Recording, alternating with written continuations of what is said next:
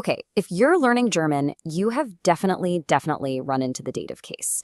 And yeah, it can seem a little confusing at first, but trust me, it's built on a pretty simple logic. So in this explainer, we're going to break that logic down piece by piece. Let's get right into it. So let's kick things off with a sentence you've probably seen 100 times. Ich gebe den Mann das Buch. I give the man the book. Seems straightforward, right? But this one little sentence actually holds the key to understanding the entire dative case. The big question here is why dem Mann? I mean, why isn't it der Mann or den Mann? Getting the answer to this one question is what unlocks the whole system, and that is exactly what we're going to figure out right now. First things first, the most important idea you need to grasp is what I like to call the recipient principle. It sounds kind of fancy, but at its heart, the dative case is really just about one thing: identifying who or what is receiving the action. Now, if you want to get technical, the grammar term for this receiver is the indirect object. Think of it like this. The direct object is the thing being given. In our sentence, that's das Buch. The indirect object is the one who's getting that book. Simple as that. And here it is. This is the master key, the secret weapon. To find the dative part in almost any sentence, all you have to do is ask the question wem, which basically means to whom. If a part of the sentence answers wem, you've found your dative. Let's give it a whirl. Sie schenkt ihrer Mutter Blumen. She gives her mother flowers.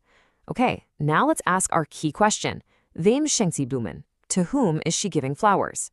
The answer is ihrer Mutter, to her mother. And there it is. That's our dative element. Here's another one you're going to hear constantly. Kannst du mir bitte helfen? Can you please help me? Let's ask the question. Help to whom? Wem helfen?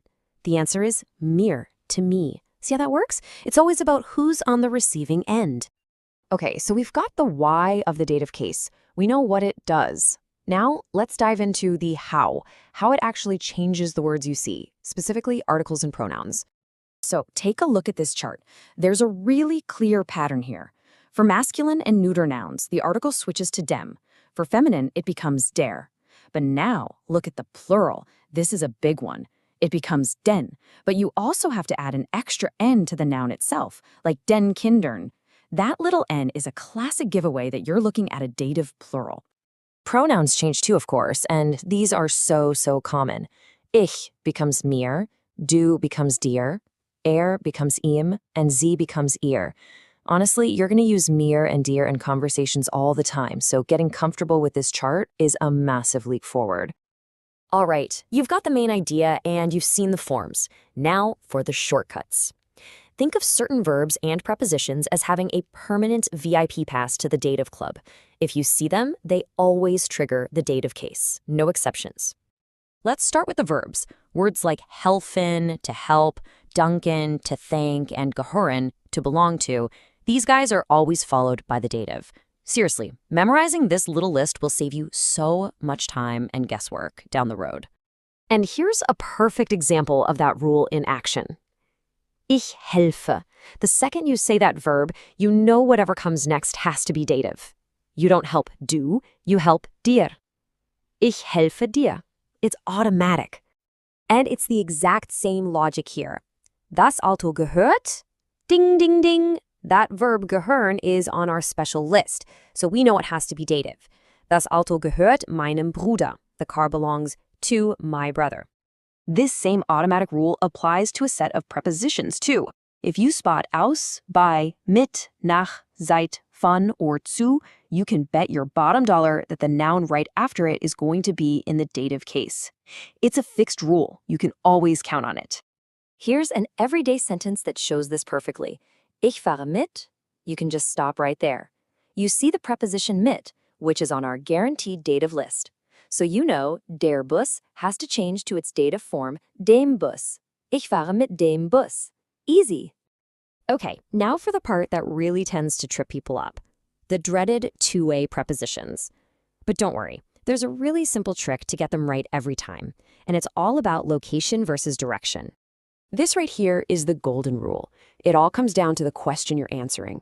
If you're answering wo, meaning where, at a fixed spot, it's dative. If you're answering wohin, meaning where to, showing movement towards a place, it's accusative. Just remember, location is dative, direction is accusative. Let's see this in action. Die Katze sitzt unter dem Stuhl. The cat is sitting under the chair. Ask the question, where is the cat sitting? Wo? It's in a static, fixed location. It's not going anywhere. That means dative. Dem Stuhl. But now look at this. Die Katze läuft unter den Stuhl. The cat is running under the chair. Now what question do we ask? Where is the cat running to? Wohin? Ah, that's movement with a destination. And that triggers the accusative, den Stuhl. See the difference? Same preposition, but the motion changes everything. Awesome. You've got all the core rules down. So let's put your new skills to the test with a quick pop quiz using some everyday examples. You ready? Okay, first one. Das Buch gehört. And the noun we're using is die Lehrerin. What do you think the correct form is here? Think back to our list of special verbs. Does anything ring a bell? And the answer is der Lehrerin. Of course. Why? Because gehören is one of our guaranteed dative verbs. The feminine, die, always changes to der in the dative case. You got it. All right, let's try one more. Ich wohne in. And the noun is die Stadt. I live in the city. What's the key question you should be asking yourself for this one? The answer has to be der Stadt. The magic question here is wo. Where do I live?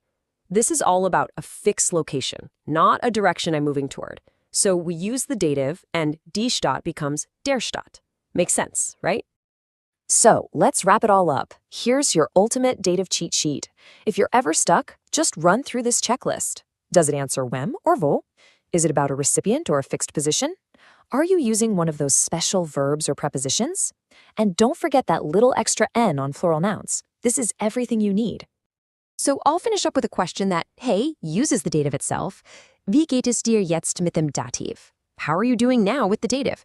See what I did there? Dir is dative. Hopefully, after this little breakdown, you're feeling a whole lot more confident. Thanks so much for watching.